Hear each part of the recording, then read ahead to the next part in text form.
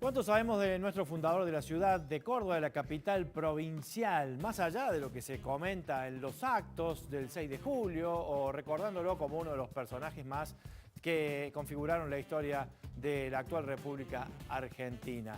¿Sabemos cuál fue su destino final? ¿Sabemos cómo tuvo la relación, cómo mantuvo la relación con el virreinato? ¿Qué pasó con él? Bueno, muchas preguntas que vamos a responder hoy aquí, porque vamos a hablar de Jerónimo Luis de Cabrera. Bienvenidos a Debates. ¿Cómo les va?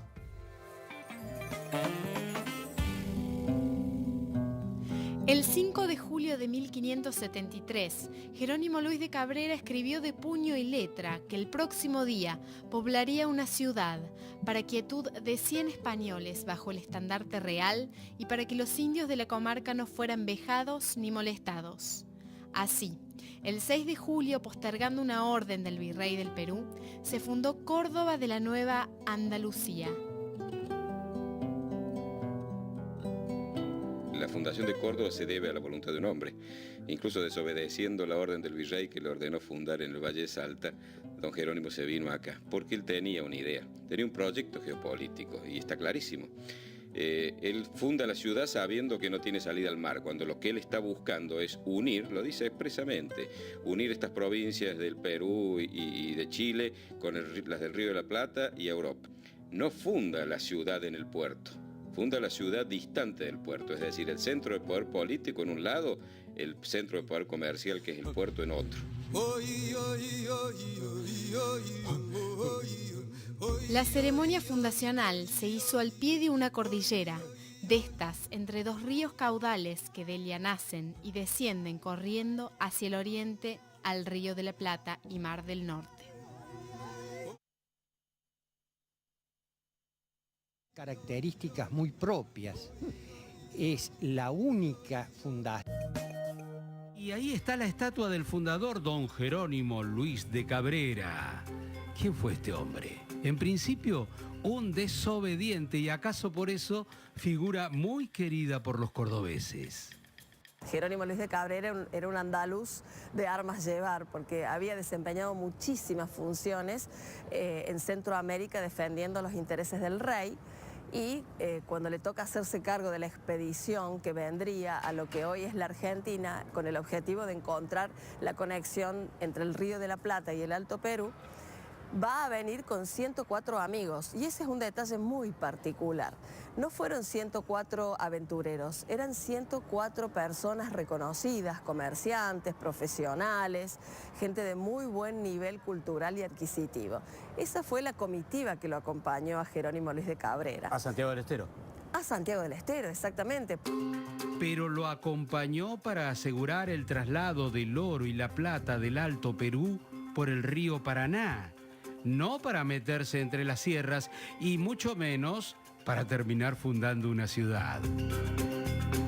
Él funda Córdoba, este rebelde con romántico, digamos, porque él va a ponerle el nombre de Córdoba, de la Nueva Andalucía, como un verdadero tributo a su esposa. Por desobedecer al rey, fue arrestado, torturado y ejecutado en Santiago del Estero. Sin embargo, se aseguró el bronce.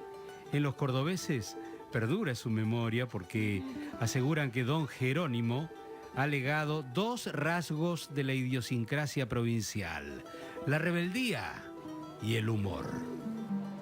Cuando llega a este lugar donde estamos nosotros en este momento, va a observar características especiales, y no es para menos. Estamos en el centro de la República Argentina.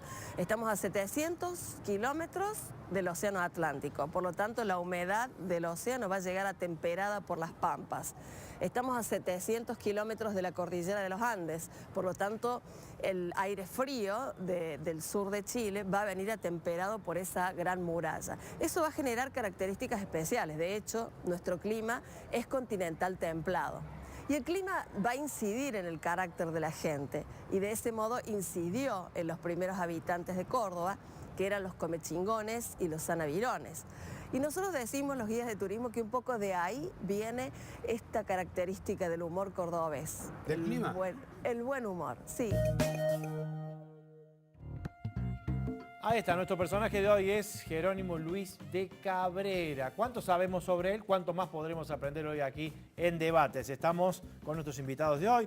Raúl Aguilar, historiador especialista en patrimonio cultural. Raúl, ¿cómo te va? Bienvenido. Gracias por invitarme. ¿Cómo le va? Gracias a usted por estar aquí. Prudencio Bustos Argañarás, historiador también y gran investigador de la historia de Córdoba. ¿Cómo le va? ¿Qué tal? Muy bien. Bueno, gracias por estar, ¿no? ¿Qué personaje Jerónimo Luis de Cabrera? Vaya.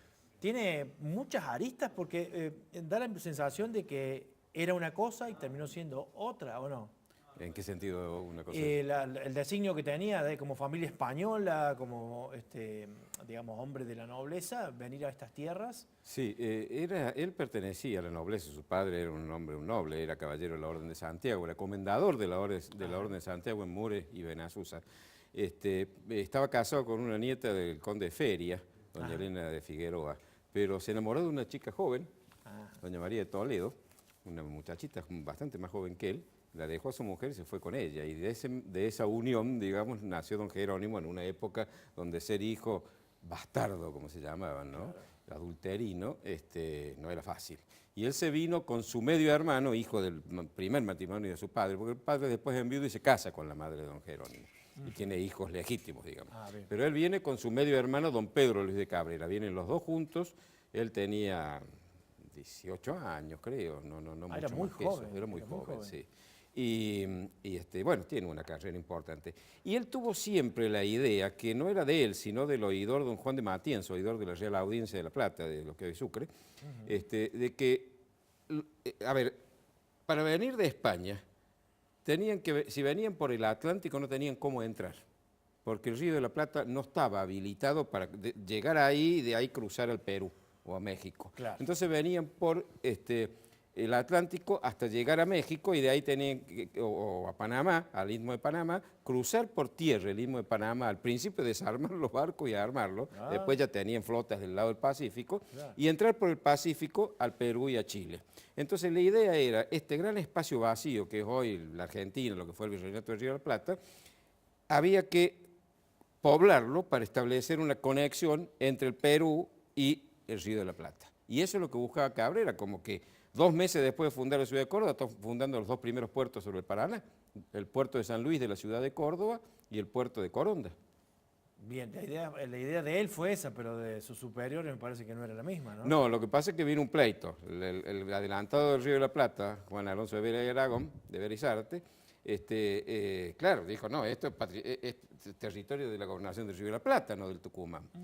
Y sí, geográficamente pertenecía al Río de la Plata, obviamente, porque el Río de la Plata es precisamente era todo esto que cuenca. estamos pisando. Claro, entonces al final Córdoba y el Tucumán perdieron esos puertos, ¿no? Pero fíjate una cosa importante, tenía la misma visión que tenía Felipe II, que puso la corte de Castilla, que andaba de ciudad en ciudad, en el centro mismo de España, donde hay 3 litorales, Mediterráneo, Mar del Norte y Atlántico, puerto para hacer dulce, y puso en el punto más distante. ¿Por qué? Porque ellos entendían que los puertos deben ser centro de poder económico, porque para eso están, y no centro de poder político. Entonces lo que hizo Cabrera es fundar una ciudad mediterránea, en el medio, como Madrid, en el medio, sí, pero subordinada a ella los puertos sobre el Río de la Plata, en realidad sobre el Paraná funda él, no sobre el Río de la Plata, ¿no? Y entonces los puertos al servicio del territorio y no el territorio al servicio del puerto, que es lo que... Bueno, salió mal el proyecto en esta Argentina. Cualquier parecido. Raúl. Sí, en la línea de lo que acaba de contar Prudencio, España tiene que resolver el problema de las rutas y tiene que resolver el problema de las disputas territoriales con la corona portuguesa. La corona portuguesa a la que España ha llevado al Papa el diferendo y que da lugar a numerosos tratados, al Caso Toledo, el Tratado de Tordesillas y una infinidad de bulas papales que tratan de resolver el problema de las fronteras y el problema de las posesiones meridionales de la España descubridora, Inclusive, cuando Colón en el segundo viaje llega a Lisboa, le avisa a Juan II de que él ha encontrado la ruta Catá y la ruta Zipango, hasta que muy poco tiempo después, en 1502, Américo Vespucio dice, no, acá estamos en otro lugar. El problema de las disputas territoriales y el lugar en el que donde estaban los españoles, es un tema que se va a dilucidar a lo largo del siglo XVI, ¿no? La primera parte es de exploraciones, como bien decía Prudencio, la búsqueda del puerto, ¿no es cierto? Al punto que ese año es el año final de la vida de Jerónimo Luis de Cabrera, es un año fatal. A comienzos de 1573 él llega, primero llega la expedición de Lorenzo Suárez de Figueroa con 50 hombres, que es una expedición de exploración, ¿no es cierto?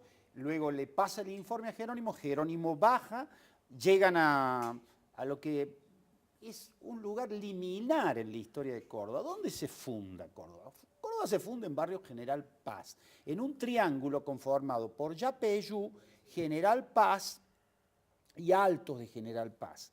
En las primitivas, digamos, jurisdicciones de lo que hoy conocemos como barrio General Paz, eran 2 hectáreas y medias de largo, perdón, 2 leguas y medias de largo por 2 leguas de ancho, llegaba hasta Guiñazú. Por eso digo que la ciudad se funda en General Paz. Ese es el valor más potente que tiene el barrio General Paz. Esta ciudad que de alguna manera funda Jerónimo desconoce la orden también lo dijo Prudencio, del virrey Toledo, que establecía que había que hacerla en el valle de Salta, porque ellos necesitaban llegar al Potosí rápidamente y ser protegidos de los ataques de los valles calchaquíes, ¿no es cierto?, de las parcialidades de los valles calchaquíes. Y Jerónimo prioriza la construcción del puerto.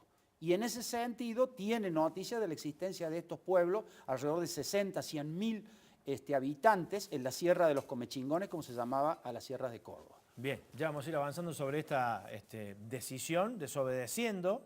Dicen muchos carácter del cordobés deriva de ahí, de desobediente, ¿no? Un poco heredando esa intención de Jerónimo Luis. Avanzamos en la historia de Jerónimo Luis de Cabrera, estamos aquí en Debates con nuestros invitados. Mirá.